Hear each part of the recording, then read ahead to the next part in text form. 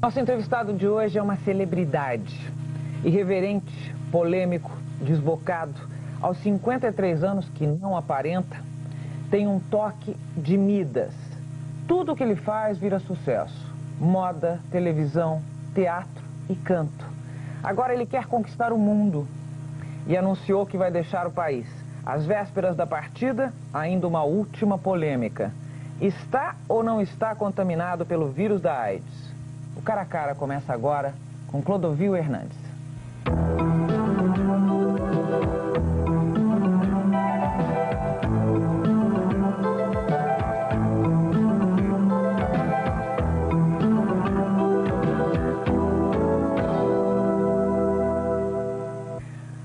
E foi assim, também dessa vez ele causou furor. Dias atrás, Clodovil convocou a imprensa para uma entrevista insólita.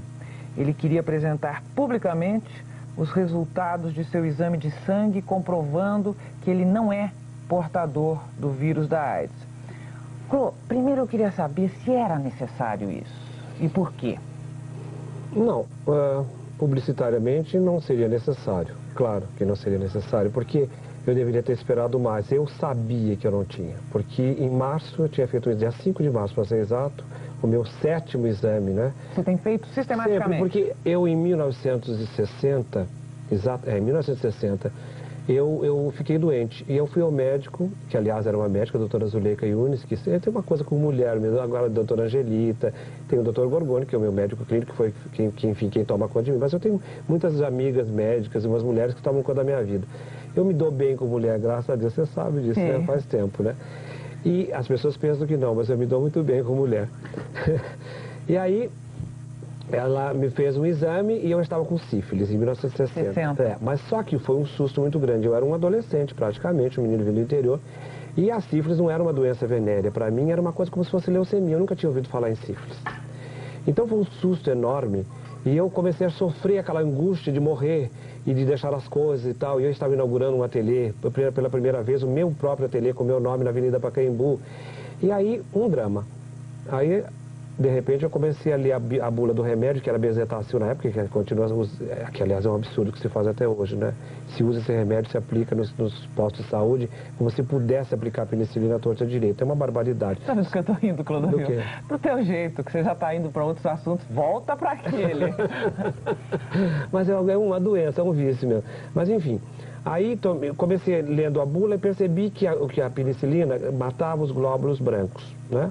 Ou melhor, matava os glóbulos vermelhos. Então eu digo, bom, então eu não posso ter leucemia. Mas aí aprendi um vício péssimo. Comecei a ler bula de remédio e sofri durante anos essa doença. Você ficou hipocondríaco, é isso? Não, quase. Porque e aí tinha todos os sintomas de todas as bulas de remédio, que a gente não deve ter bula nunca, a gente tem que acreditar no médico, e não deve se automedicar, que é uma barbaridade, que é uma coisa subdesenvolvida, a automedicação, né? E com essa coisa da sífilis, eu passei a controlar minha vida a cada 6 meses, porque eu sou uma pessoa louca, neurótica, com saúde. Sabe por quê? Eu não me incomodaria de ter AIDS, porque se a gente tiver que ter, é kármico. Eu acredito que seja uma coisa de karma mesmo. Mas, quer dizer, não me incomodaria em termos, eu ficaria muito triste e tal, mas seria o meu karma. Agora, eu disse para o meu médico sempre, se um dia eu tiver isso, você me diga, porque eu detestaria ser um transmissor da morte. Mas agora, você aceitando as coisas dessa forma, como você está aceitando e dizendo, se é para ter, vou ter, então foi fácil para você convocar a imprensa e mostrar aquilo? Não. Eu fiquei imaginando se você não se sentiu invadido de ter que mostrar aquilo para a imprensa, para as pessoas e falar sobre isso. Marília, na verdade, a minha vida tem sido mal norteada por mim mesmo, né? Eu mesmo não sei fazer nada da minha vida, quer dizer, não soube. Esses 10 dias valeram. Mas olha, você não pode imaginar a força que esses 10 dias tiveram dentro da minha vida, no sentido material, né? Espiritual não, porque eu já venho vindo nesse esquema há muito tempo, que eu acredito no que transcende e tal. Mas essa coisa de fazer uma coletiva, pagar para uma coletiva para mostrar que eu não tenho uma doença, para poder sobreviver, é uma violência brutal. Você não pode imaginar o que eu passei. E outras coisas que aconteceram ao lado disto, né? Que, enfim, acontecem enquanto a gente envolve outras coisas, outras pessoas, e desaforos e contratos que se perdem, coisas que porque eu sobrevivo do meu trabalho, né? Por exemplo, os meus shows no Nordeste agora estão com um problema porque parece que lá dá de meia hora na FM. Você está com AIDS. Entendeu? Clodovil, é de se admitir, quer dizer, você é uma pessoa de um dos grupos de risco, tá certo? Uhum. Como é que você se relaciona com a doença? Quer dizer, você disse, se tiver que aceitar, se tiver que ser, vai ser e tudo bem. Então, dessa maneira eu sei como é que você se relaciona. Mas o que é que mudou na sua vida a partir da AIDS? Acho que mudou na vida de todo mundo, né? E eu até acredito que você, como jornalista, diga e usa essa expressão grupo de risco e tal, porque isso é uma coisa imposta, né? O poder impõe as coisas e a gente usa, e a gente tem que se policiar para não entrar no esquema. Claro que lutar contra o poder é burrice. Ou você não aceita, ou você aceita. Agora, lutar contra o poder é bobagem. E você é uma representante da melhor qualidade desse jornalismo, né, televisado do país, você sabe disso. E foi jornalista há muito tempo e tal, na imprensa escrita, que eu quero dizer. Então, você sabe que às vezes você é induzido a acreditar ou a usar certas expressões que estão aí, né, que fazem parte do mundo. Grupo de risco é uma coisa estabelecida pelo sistema, porque todos nós somos grupos de risco, todos nós... Sem dúvida, mas alguns grupos mais acentuadamente têm a possibilidade... No sentido da promiscuidade, né? Mas existe gente promíscua que é heterossexual e existe gente que não é promíscua e que é homossexual. Quer dizer, isso é muito pessoal, né? Eu acho a colocação diante de qualquer coisa na vida. Agora, o sistema, ele é machista, ele tem um Deus, ele é branco e tudo. O sistema é dessa forma, o poder é assim. Então, quando alguma coisa acontece por causa dele, porque sempre é o poder que impõe as coisas. Por você veja, se descobre a penicilina, o poder manipula essa descoberta, transforma isso numa coisa sintética e hoje em dia nós temos infecção hospitalar graças ao poder, mas o poder não chama isso para si, como não chama nada. Então esse grupo de risco é muito relativo, porque o poder empurrou para alguém e era muito fácil. Agora, isso é um karma horrível, mas é um karma também do homossexual ou daquele que é chamado de grupo de risco. Por quê? Porque isso faz parte de uma coisa que transcende, não somos nós que dominamos isso, entendeu? Nunca mais ele vai se ver livre dessa coisa. Por quê? Porque o que vem pelo sexo nunca mais se controla. O poder sabe disso e ele manipula bem. Quando ele quer destruir alguma coisa ou empurrar definitivamente, ele usa o sexo. Ah, você sabe que você falou uma coisa muito interessante. É muito interessante isso. Realmente, o que vem pelo sexo é incontrolável. Não tem jeito, porque a vida vem por aí, Marília. O prazer máximo de todo homem, de todo ser vivo, é o orgasmo. Uma vez que você deixa a ingenuidade, a coisa da infância, os duendes, as coisas que fazem a infância, né? Porque a gente está com o pé ainda naquilo que a gente não conhece, a gente não tem noção de nada. Então, quando a gente começa a descobrir o sexo, a gente perde esta coisa que transcende e ganha de presente o orgasmo, que é uma coisa dos deuses. É uma coisa... Eu tenho a impressão que o anjo vive em orgasmo perene, não é assim? Deveria ser, pelo menos eles merecem. E aí fica essa coisa, não tem solução que vem pelo sexo. Agora, foi esse noticiário recente que te precipitou nessa decisão de partir do Brasil, de ir embora do Brasil ou não? Não, o que foi o seguinte, eu comecei a fazer o espetáculo cantando, né, para sobreviver. E o convite partiu do Zé Walter, que é um amigo em comum, você conhece, lembra? Conheço demais. Que é uma pessoa adorável. Ele foi uma pessoa, porque é tal história, nem ele sabia que estava me ajudando, porque quando a gente ajuda alguém, a gente nem sabe que está ajudando. Esse negócio de casa de caridade, benemerência, tudo isso é lero-lero, a gente faz, mas a gente quando ajuda alguém, às vezes nem sabe que está ajudando. E foi o que aconteceu com o Zé Walter. Ele me convidou para cantar no Alô Alô, no momento em que eu tinha sido demitido da televisão de dedo em riste. Me disseram 1000 desaforos e tal, e me puseram na rua e ficou por isso mesmo. E eu tinha que trabalhar, eu aceitei e fui. E aí fiz um espetáculo no Rio para 3 semanas, que acabou durando 4 meses, e aí vim para São Paulo, fiz o Societá, para alegria, descobri o Henrique, né, Amaral, que me disse coisas muito bonitas. Sempre me disseram que você era tão difícil, você foi o artista mais fácil que trabalhou aqui. Queria que eu ficasse 4 meses, e aí eu pretendi viajar, não deu certo, porque também a minha empresária também era uma pessoa inocente. Quer dizer, agora eu estou com um empresário novo, né? Quer dizer, de repente, um empresário com cara de Clodovil. Eu vi, achei ótimo, então, elegantíssimo. Graças a Deus. Mas é uma coisa, também é uma conquista. Eu fui pedir, eu não tenho nenhum pudor de dizer que eu mudei muito. Eu sou uma pessoa muito mais buscando a humildade, mas no sentido verdadeiro. Essa coisa do olho no olho. Porque eu procuro não mentir mais. Porque antigamente, é como eu disse no começo, eu norteei a minha vida de uma maneira errada, buscando um sucesso idiota. E aí, de repente, vivi página de jornal. Entendeu? Notícias populares. Outro dia, por exemplo, diz uma coisa na matéria, na chamada dessa coisa da AIDS, assim, eu saio do almoço com um grupo de amigos no domingo e dou de cara numa banca de revista com um jornal pendurado assim, Clô está com a rosca, beleza, Marília. Você não pode... Ai, horrível demais, Clodovil. Você riu? Eu tinha um acesso de riso, porque é cômico, você é brasileiro. Isso não combina com alta costura, nem com cetim, nem com gente chique, nem com nada. Mas é engraçado, porque na verdade... essa coisa que vem de jornal, mas justiça seja feita. Foi a notícia mais correta na página interna do jornal. A chamada era de uma coisa grosseira. que não... grosseira, divertida, de humor barato, mas dentro o texto perfeito. Agora, eu acho um horror a amiga, por exemplo, que dentro coloca uma matéria correta e na chamada continua falando da doença como se eu estivesse doente para vender revista. Eu acho isso um absurdo. Ô, Clô, você não respondeu a minha pergunta e o nosso bloco terminou. Eu perguntei por que é que estava indo embora para Paris, mas foi bom que eu já fiquei sabendo de tudo, de cantar, de fazer show e mas isso tudo foi que me induziu a ter vontade para Paris. Foi isso? Mas então, peraí, a gente vai falar de Paris e de moda em seguida. Amanhã, 10h. A cliente tem que ser passiva, o bom gosto é meu. Clodovil disse isso numa entrevista em 1972. O Clô, na época, você tinha 35 anos, já era um dos maiores e mais talentosos costureiros do país. Você repetiria isso hoje? Repetiria, eu acho. Em alta costura, com certeza. Você acha que a mulher... Eu fico pensando, o que vem primeiro, o ovo ou a galinha? Uma mulher que vai procurar você para fazer uma roupa, será que ela já não está partindo de um princípio de bom gosto?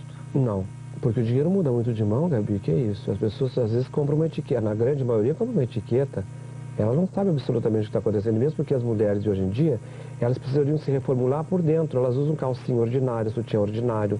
É verdade, é uma coisa, porque o dinheiro surge de repente, essas coisas de novela, esses assuntos de novela, esses temas de novela, são verdadeiros mesmo, as pessoas não sabem o que estão comprando.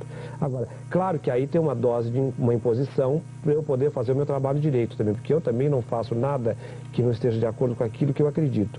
Eu fiz muito poucas concessões na vida com relação à roupa, viu, Marília? Mas agora eu tenho consciência que uma mulher que vai ao ateliê, ela depende do meu modelo, depois depende do cabeleireiro, depois do maquiador, depois do marido que compra joias e que nem sempre joias de bom gosto e ela tem que usar.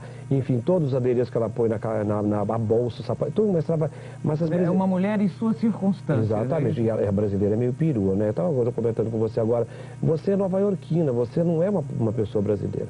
Esse clima que você tem, faz tempo que você é desse jeito, você já veio de Ribeirão desse jeito. Agora, Clô, brasileira a gente reconhece em qualquer parte do mundo mesmo, né? Não sei se é por essa piruíce, vamos dizer, mas ela tem um jeito de cabelo, um jeito de perfume, não é isso? Excesso de maquiagem que é pior de tudo, né? Já que estamos falando do resto do mundo, dá para você me responder a pergunta que eu fiz no bloco anterior? Você está indo para Paris, você disse, motivado por essa linha de show que você começou a fazer. Não, foi. Eu fiz essa declaração numa coletiva que eu fiz para a imprensa, falando do show no Tramp. Me bateu, porque me deu vontade, porque eu acho muito triste trabalhar num país como o nosso. Muito triste, porque você veja, eu não concordo com ninguém. Eu fico lisonjeadíssimo por você ter me convidado para o seu programa, por N razões, mas antes de mais nada eu sou agradecido a Deus, porque nós já tivemos tantas coisas na vida da gente e de repente a gente se olha no olho e é uma coisa de verdade. Porque eu me comovo porque eu sinto isso no peito, porque eu acredito que existe uma força maior que induz a gente, que comanda a vida da gente. No momento em que eu mais precisava, aí de repente você me convida. Você não me convidou por causa da notícia, não. É por respeito profissional, eu sei disso. Mas aí de repente eu estou aqui para esclarecer essa coisa de uma notícia ruim, para contar, para a gente poder se olhar no olho, para conversar mesmo, porque a gente não tem tempo, às vezes, socialmente, de fazer de Aliás, conversar. isso também não ficou claro no bloco anterior. Quer dizer, você está tendo que explicar e mostrar documentos de que você não está contaminado pelo vírus por uma notícia que soltaram. Claro, foi assim. Eu fiz uma matéria para o Interview com o Michael, que é uma pessoa engraçada, e o Interview não é a revista mais séria do país. Mas longe de falar mal do Interview, não. É aquele gênero de entrevista que atende à sociedade. Então eu não posso fazer uma entrevista falando de espiritualidade, não tem sentido. Então eu achei que seria engraçado contar que o Ibrahim Suede, diga-se de passagem, o famoso colunista brasileiro, conhecido lá, ele lançou tantas mulheres da sociedade, fez essas coisas das 10 mais, coisas muito importantes para a cultura brasileira. E aí que ele me lisonjou com uma cantada, digamos assim. Olha uma cantada aqui, gente, eu já cantei você, de repente, você também não foi pra cama comigo, entendeu? E eu achei que era uma coisa de bom humor contar isso, engraçado. Aconteceu 20 e tantos anos atrás, a Maria Alice Lidônio e Zé Hugo estavam comigo, me convidaram, tá? E aconteceu essa coisa toda. E eu em Paris, Ibrahim Suede, que imagina um monstro sagrado. Na época ele era super importante e tal. Já bebia. Mas já era super importante. Aí ele vem com uma notícia numa coluna séria, né, num jornal sério, diga-se, né? Leia-se num jornal sério.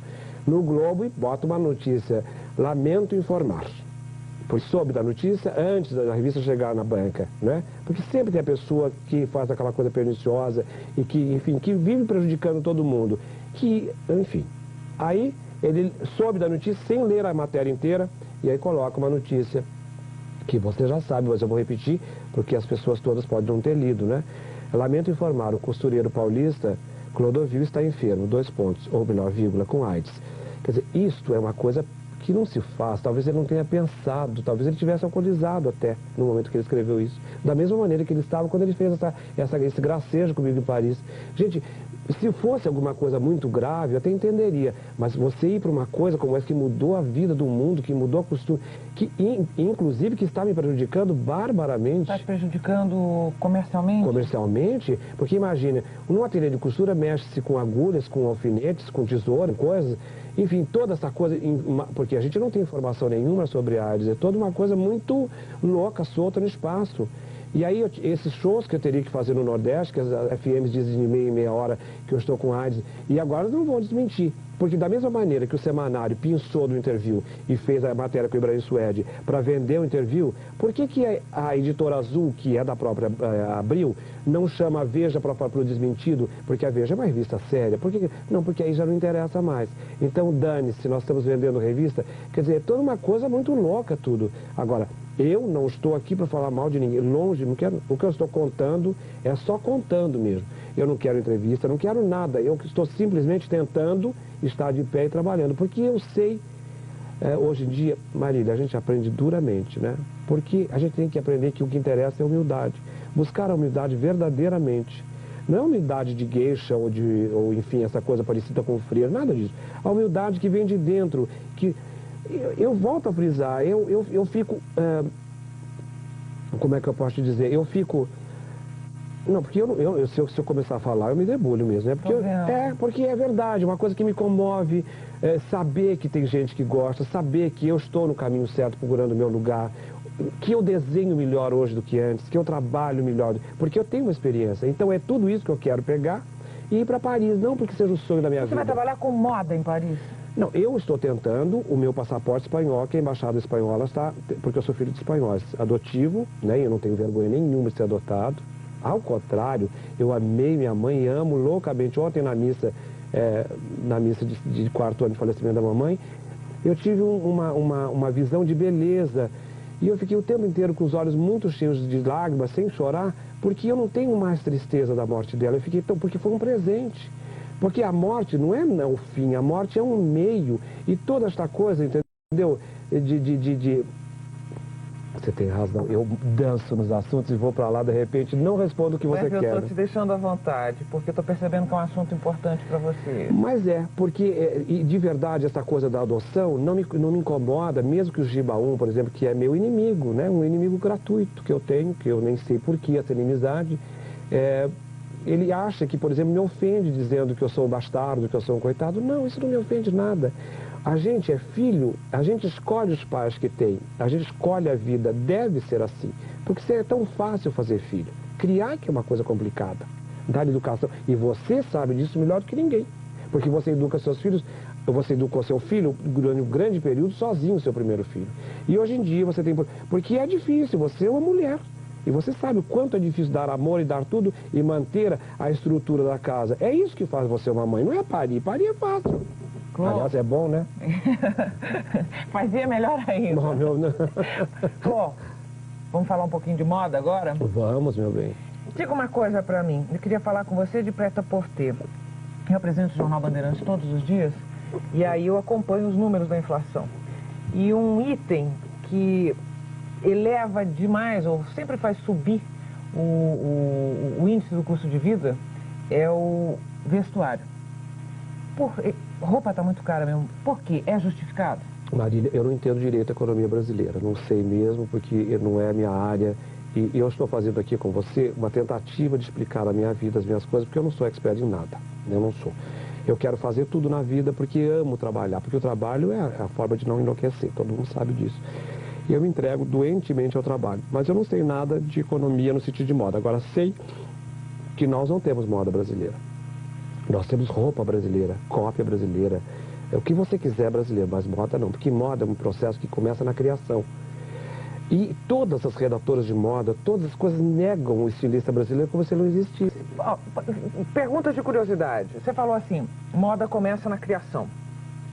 Então, o teu universo, que é o da alta costura, é ainda mais requintado do prêt-à-porter. Mesmo o prêt-à-porter mais restrito, fino, né? Mais restrito. Quanto custa, por exemplo, um vestido de noiva? Bom, um vestido de noiva, quer dizer, antes do plano Collor podia custar de 15 mil, a 50 mil a 60 mil dólares um vestido de noiva. Dólares você estava falando? Mas em Paris custa 80 mil dólares um vestido de noiva. Agora, Clô, você, no momento da criação, vamos supor, vai alguém ao seu ateliê e pede uma roupa exclusiva. Você faz um desenho, essa pessoa recebe um orçamento e olha esse desenho e resolve vestir. Esse trabalho até aí foi pago ou não? Correto ou não? Antes do plano Collor também eu cobrava o sinal. Eu cobrava 1.000 dólares de sinal para atender uma cliente, que depois ela podia tirar em outras coisas da boutique, bolsa, sacola, qualquer coisa que ela quisesse, ou até uma outra roupa, menos aquela, uma roupa de que estivesse na boutique, não é? Mas depois do plano Collor eu tive que mudar, mesmo porque os preços de 10 mil dólares caíram para 4 mil dólares, para 3 mil dólares, para 5 mil dólares.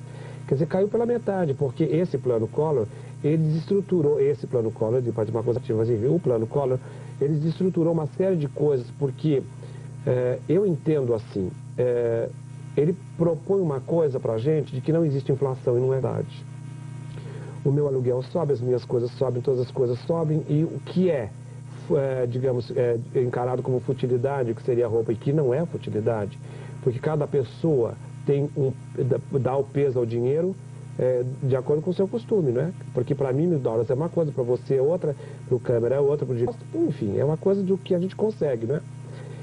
Então, depois do plano Collor, houve uma mudança muito grande. Então, agora, eu quase que pergunto para a cliente, a senhora quer gastar até quanto? Não, porque eu estou como os artistas de teatro, nós não temos mais cultura.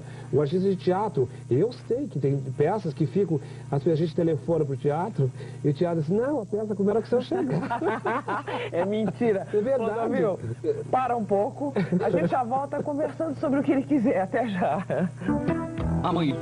Você não vai acreditar, mas esse Clodovil que você já está ouvindo falar comigo aqui há pelo menos 2 blocos, dando uma opinião muito requintada, muito abalizada a respeito de muita coisa, de um universo de muita sofisticação, não parece, mas como eu, é do interior. Clodovil, você é de Catanduva, não é isso? Nasci perto de Catanduva, é uma cidadezinha chamada Elisiário. Você acha que a sua formação no interior tem muito a ver com o que você é hoje ou não? Não, tem a ver com o que transcende, porque nós somos aquilo que nós tivemos que ser, nós teremos que ser ou tivemos que ser na vida toda, porque não somos nós que comandamos. A gente tem a possibilidade do livre-arbítrio, a gente decide isso para bem ou para mal. Eu acredito que seja assim. Agora, eu tenho um orgulho de ser do interior que você não faz ideia. Sabe por quê? Não é pela raiz para poder voltar para o interior. Eu detestaria ser uma pessoa marginal de uma grande cidade, por exemplo, de periferia, porque você não tem para onde voltar. Quando você tem sonhos de ascensão e não tem para onde voltar. Toda pessoa periférica, no sentido bom da coisa que eu estou dizendo, não é para diminuir ninguém nem coisa nenhuma, entendeu? E nem que eu ache que a periferia seja um horror, não é nada disso, não é esse... Mas não tem mesmo, você vence e vai para onde? Não tem para onde voltar. A raiz é que nos mantém de pé, porque a seiva da vida é da origem mesmo, né? E na época em que eu era criança, eu tinha uma fantasia linda que era o rádio. Porque hoje em dia tudo é entregue pronto pela televisão. A imagem vem junto com... Claro, você vê tudo, já está feito. Que é o grande crime que acontece com a criança de hoje em dia, né? Esses programas infantis que vendem uma coisa pronta e com proposta de venda de produtos só. Eu não tenho nada contra ninguém, mas isso é um assassino de fantasia. Porque o livro, aquela coisa... Eu me lembro daqueles pés de jambo ou jambeiros, como você queira, e os livros que eu lia, aquelas coisas infantis, as coisas que eu pintava, toda aquela fantasia, os aviões que passavam cada uma vez por ano, passavam um teco-teco no lugar onde eu morava. É verdade. Floreal era um ovo. Eu morava em Floreal, uma Floreal? Vida, minha infância toda. Até os 16 anos eu fiquei em Floreal. Quer dizer, toda aquela coisa do sonho, das mudanças, aconteceram dentro da minha casa com os meus pais que foram... Como é que eu posso não ter orgulho disso, Marília? Gente que me criou, meu pai era uma pessoa humilde, mas que disse assim, meu filho, eu não quero que você seja ignorante como eu não quero que você seja analfabeto, eu quero que você estude, você vai para o colégio interno para estudar, para ser diferente do seu pai. E aí no colégio interno você não foi só diferente do seu pai, você foi diferente de todo mundo, porque no colégio interno todo mundo tinha uniforme azul e o seu era vermelho. Primeiro eu queria saber como é que podia isso. Fazendo chave pro diretor do colégio, que o padre era apaixonado por mim. É verdade. Eu era bom aluno eu era um aluno interessado naquilo que eu estava fazendo no colégio interno. E como eu tinha vontade de aprender, eu sempre fui muito curioso. Eu não sou uma pessoa... Por exemplo, o Francisco Azevedo, que é um diretor de teatro que você deve conhecer, ele me diz assim, é impressionante como você é uma pessoa que não se ocupa da cultura e, no entanto, você capta rapidinho o sentido de um livro como se você tivesse lido esse livro. Ele me diz isso de verdade, que nós somos como irmãos, né? Uma coisa, e ele é a minha biblioteca ambulante é ele. Tudo que eu quero saber. E a gente conversa muito de madrugada, ele é uma alma boa, é aquele companheiro, né? Aquela coisa de que eu ligo para casa dele de madrugada, me atende, ficamos até amanhecer o dia conversando. Quer dizer, porque isso é que é o amigo. O amigo, ele não se nega, porque o amigo é para quando você precisa. Essa coisa do amigo estabelecido com hora marcada, isso é uma coisa inglesa, não é? Isso não é para nós. E assim mesmo eu acredito que o Oscar Wilde devia ter um amigo com o qual ele pudesse fazer isso. Devia ter, né? Mas devia essa coisa do interior, eu sinto que você tem orgulho disso. Eu sinto que você fala com carinho, eu vejo... Eu acho que ter nascido e ter sido criada no interior me deixou muito forte. Eu acho que faz isso com as pessoas. Porque você é criado tão solto, você se fortalece de tal maneira que quando você vem para a cidade grande, você entra meio descarado, não é isso? Mas a gente não tem medo, né? É uma coisa meio dia na terra, não sei, uma coisa daquela coisa da seiva da vida. Né? Você se achava diferente? Você se sentia diferente? Ou isso é uma percepção que você só vai ter depois de um tempo? Tanto eu me sentia diferente que eu achava que tinha alguma coisa esquisita, né? E foi eu que perguntei eu que descobri que era adotivo. Ninguém nunca me contou assim por contar. Eu fui à luta e descobri que era adotivo. E tem uma coisa curiosa, eu nunca contei para minha mãe. Ela morreu sem saber que eu sabia que era adotivo. Não brinca. Verdade. E meu pai também, eu não conversei isso com ele. Você sentia que você... Essa história também eu acho muito curiosa. Eu já ouvi dizer em algum lugar, algum analista disse que um adotado percebe, sente que aquela pessoa ou aquelas pessoas, por alguma razão, não são pais dela. É isso mesmo? A gente sente isso sim. Eu pelo menos senti. Mas onde? De onde você tirava esse tipo de informação? Eu por um problema de pele, né? Eu sou muito moreno, porque a minha origem é de índio e italiano. Tanto que meu sobrenome original é Ferrarini, não é Hernandes. Mas eu tenho por osmose essa coisa espanhola dentro da alma, porque eu adoro Lorca como se eu... né? Uma coisa que eu sinto, Lorca, uma coisa, eu choro cada vez que eu vejo um trabalho dele, quando eu leio uma coisa que... Porque a Espanha, na rua em Madrid, eu senti uma coisa, porque eu tenho uma coisa com a Espanha, mas isso é porque também eu devo ter vivido uma vida lá. Agora, o que mais me intriga nessa coisa é este amor doentio que eu ainda sinto por minha mãe. É uma coisa, mas eu não sei te explicar que tamanho é. Eu não tenho tristeza, porque eu ganhei muito com a morte dela, mais do que eu possa ter perdido. Muito mais. Se você soubesse, isso é um aprendizado, isso não aconteceu ao acaso, isso não é, eu não vou, porque aconteceu uma coisa engraçada quando a mamãe morreu, é engraçada porque é mesmo, né? Porque dentro dessa coisa toda tem o humor. Eu detesto gente metida a sebo que fala sério de cinza, não é por aí. O sério tem humor. Você é uma pessoa muito bem-humorada, desbocada e que fala coisas. E, no entanto, você é assim, essa figura que você é. Porque o humor, para ter humor, é preciso que você saiba das coisas da vida, né? Eu acho que sim.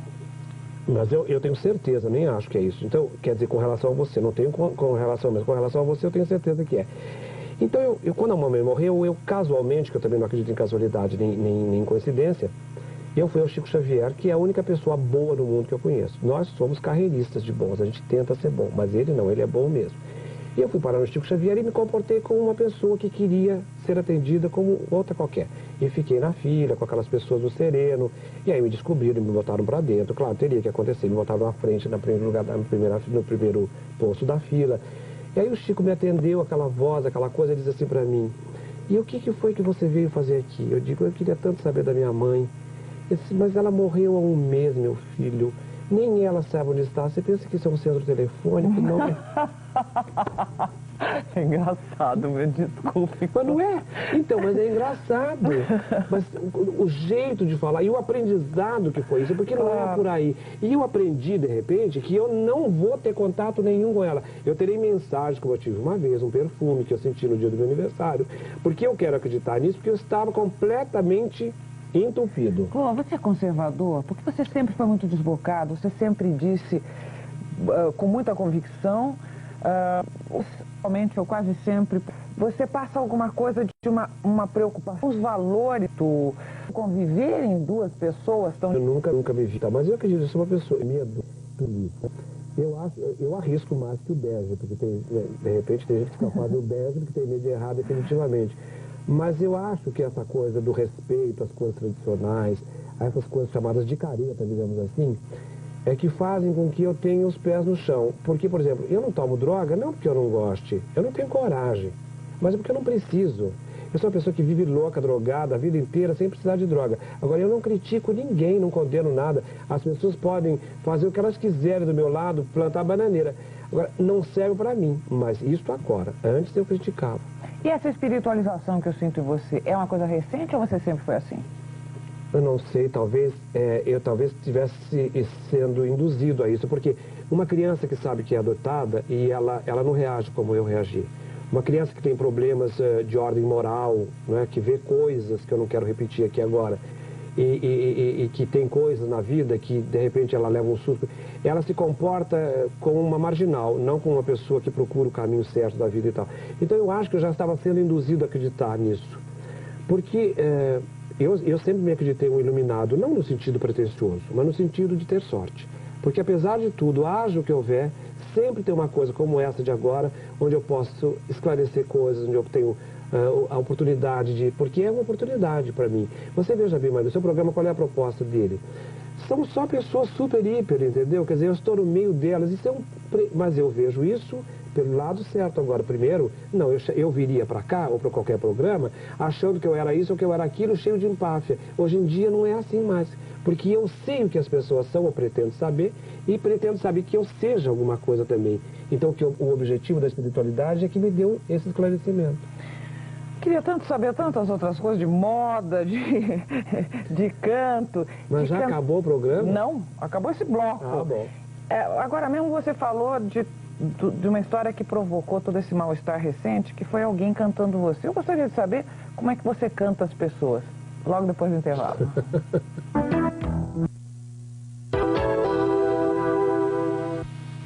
O Clodovil está fazendo nesse cara a cara exatamente o que ele sempre fez. Ele nunca se furtou a emitir opiniões sobre qualquer assunto, fosse esse assunto da atualidade ou não. Nós escolhemos alguns assuntos para colocar, estão fugindo da regra geral de entrevista com perguntas e respostas, porque você já viu que não funciona. Então, escolhemos alguns assuntos para botar aqui para o Clodovil, para ouvir a opinião dele, assuntos que postos numa mesa com mais de duas pessoas, no geral, dão discussão. Mas antes eu quero que você me responda aquela pergunta do bloco anterior. Você canta pessoas? Como é que você faz para seduzir as pessoas? Não, geralmente eu faço uma coisa assim, você vem cá. Como? Vem cá. Porque a coisa mais simples é objetivo e já, entendeu? Agora, eu sou uma pessoa muito louca com relação a sexo. É a sexo ou amor que você está dizendo? As duas coisas não vêm juntas? Eu acho que tesão, atração, tudo. Amor é uma coisa muito maior, né? Eu não tive esse dom ainda. Até hoje? Você anos atrás disse que o amor para você era pernicioso. Você ainda acha isso? Não, eu não acho que seja pernicioso. Isso é uma expressão daquele tempo, que eu era uma pessoa que tenta ser outra hoje em dia. Não no sentido de virar a mesa, mas de entender que eu fiz muita bobagem, falei muita coisa. Eu era irreverente e a irreverência é boba. Não era porque, no fundo, falar tesão, de uma certa forma, é uma irreverência, digamos assim, né? O amor é uma coisa que como diria Dalva de Oliveira, o amor é o amor. Não, o amor é um privilégio. Não são todas as pessoas que amam. A gente pensa que entende do amor, né? Porque o grande e verdadeiro amor não se realiza nunca. É impossível. Quando ele se realiza, ele tem filhos, Bob, cozinha, aluguel para pagar. É outra coisa, não é amor. O amor... Você é uma que pode falar de amor, né? Você sabe disso. Melhor do que ninguém. Pode. Pode. Você é uma pessoa... que ama verdadeiramente. Eu conheço você de longa data, né, Maria? Eu sei que você ama, você se entrega mesmo. E isso é muito raro, porque as mulheres têm medo. Você não tem? De se entregar ao amor? É. Eu não tive a oportunidade de amar alguém. Porque talvez você tenha tido medo. Não é isso. É porque é diferente. É outra coisa.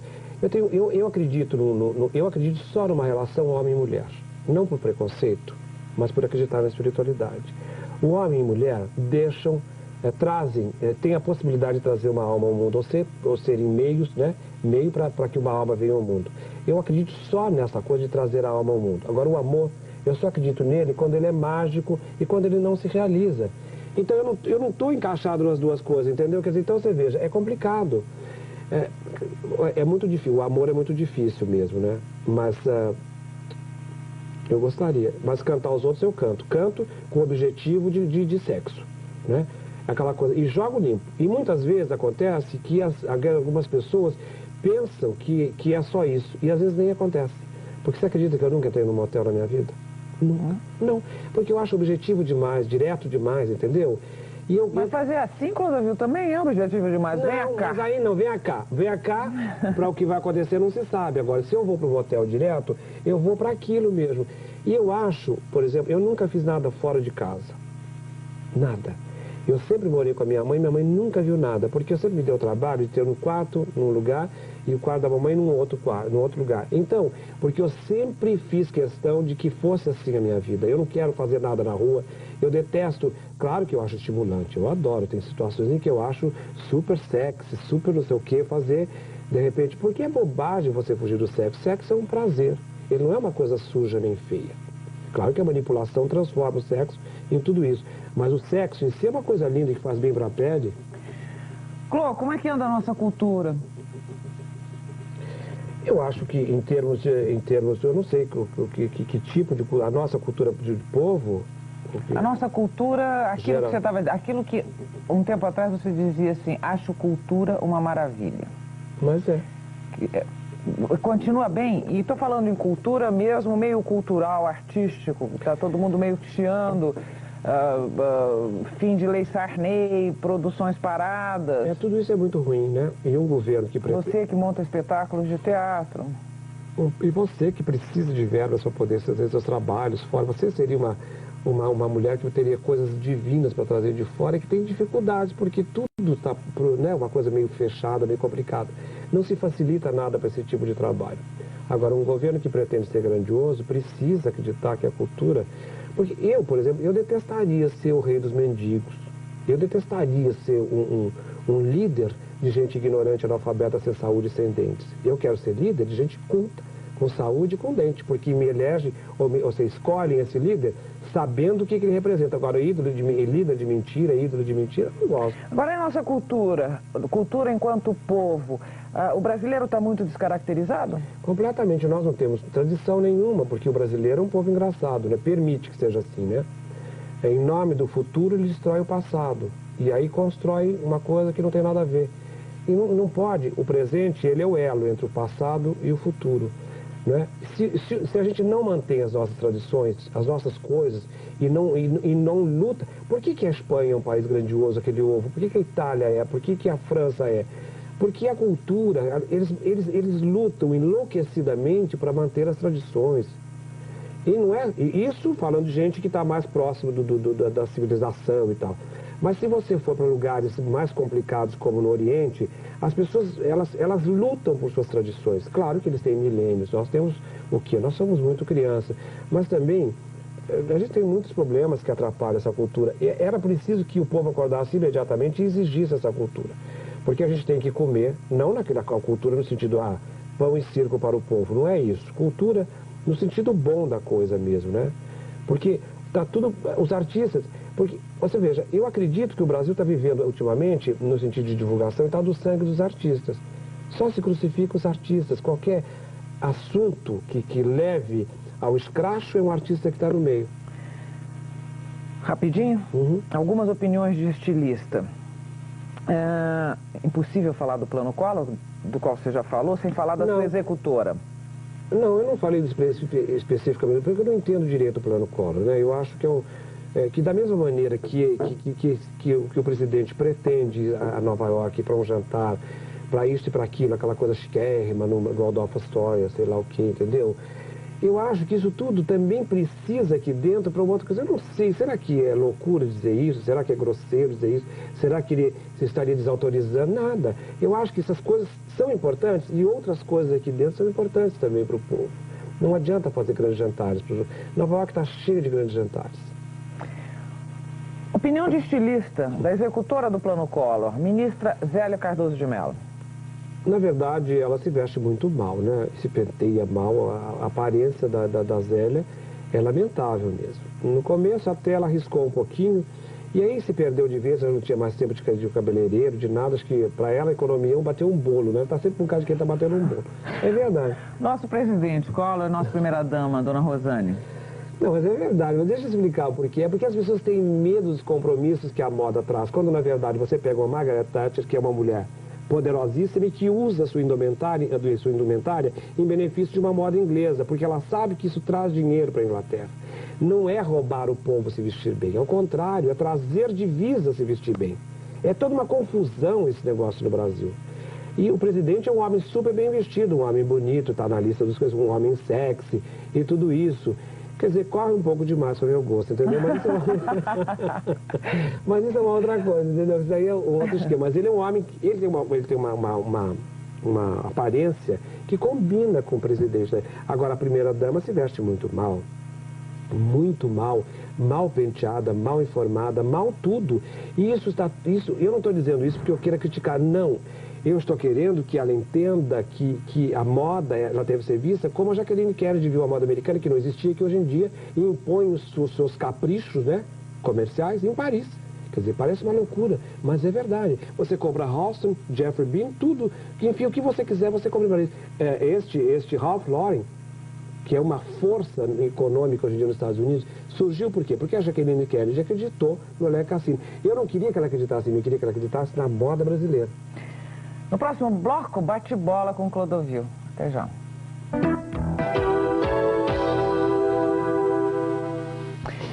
Bate-bola, jogo rápido com Clodovil, um grande costureiro.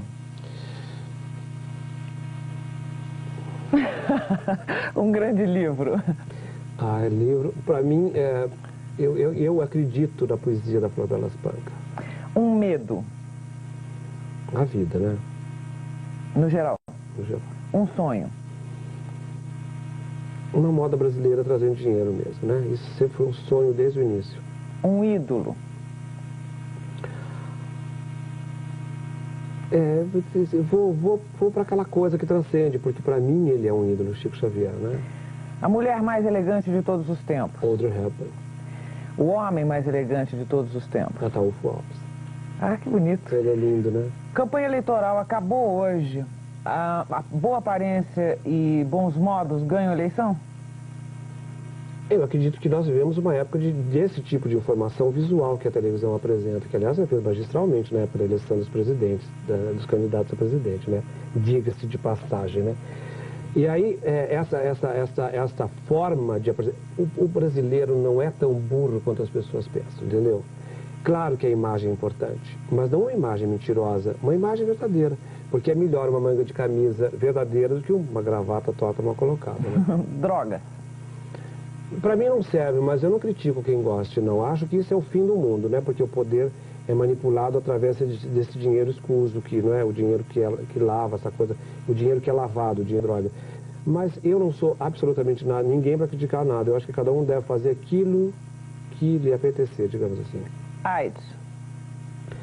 Eu acho que é o começo, é a ponta de um iceberg. Virão doenças muito piores, né? Vírus muito mais poderosos que já existiam e que se tornarão poderosos como a bactéria que faz infecções hospitalar, que também não era uma bactéria tão feroz, e esse vírus que também não era um vírus tão feroz. Não é comprovado que ele seja de laboratório, virão outros. Mas por quê? Por causa do agrotóxico, por causa da química, por causa da radioatividade, por causa de toda essa coisa que o mundo está. Este verde é mentiroso. A carne vermelha é mentirosa, tudo, a água é suja, tudo está contaminado. Quer dizer, assim, nós teremos que dar chance aos vírus mesmo, que são oportunistas, por isso mesmo são vírus, né? Dinheiro, uma definição. Eu acho que é um mal necessário, né? Que é lugar comum, mas é verdade, né? Fama, outra definição. A fama, ela só vale alguma coisa quando você tem ao lado o prestígio. Caso contrário, ser famoso sem prestígio não adianta nada. E Elisete Cardoso definiu isso muito bem. Famosa e com prestígio. Brasil, qual o futuro? Eu não sou muito otimista com relação ao Brasil, eu também não sou pessimista. Eu acho que a gente tem sempre que acreditar que amanhã será um dia melhor.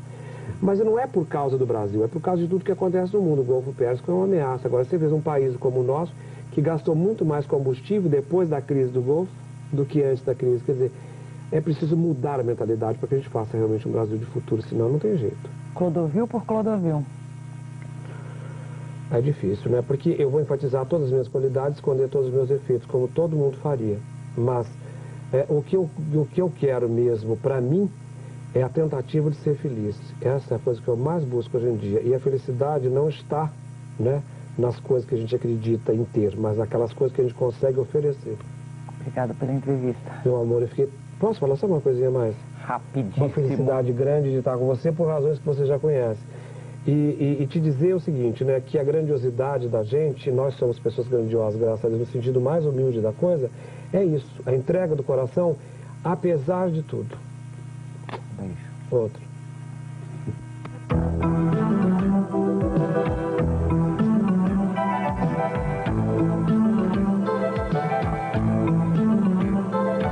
ZYB 852, Canal 13, São Paulo.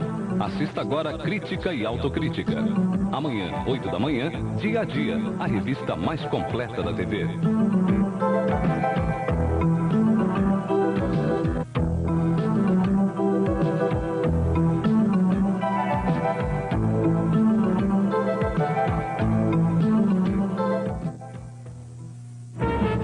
Cara a cara, oferecimento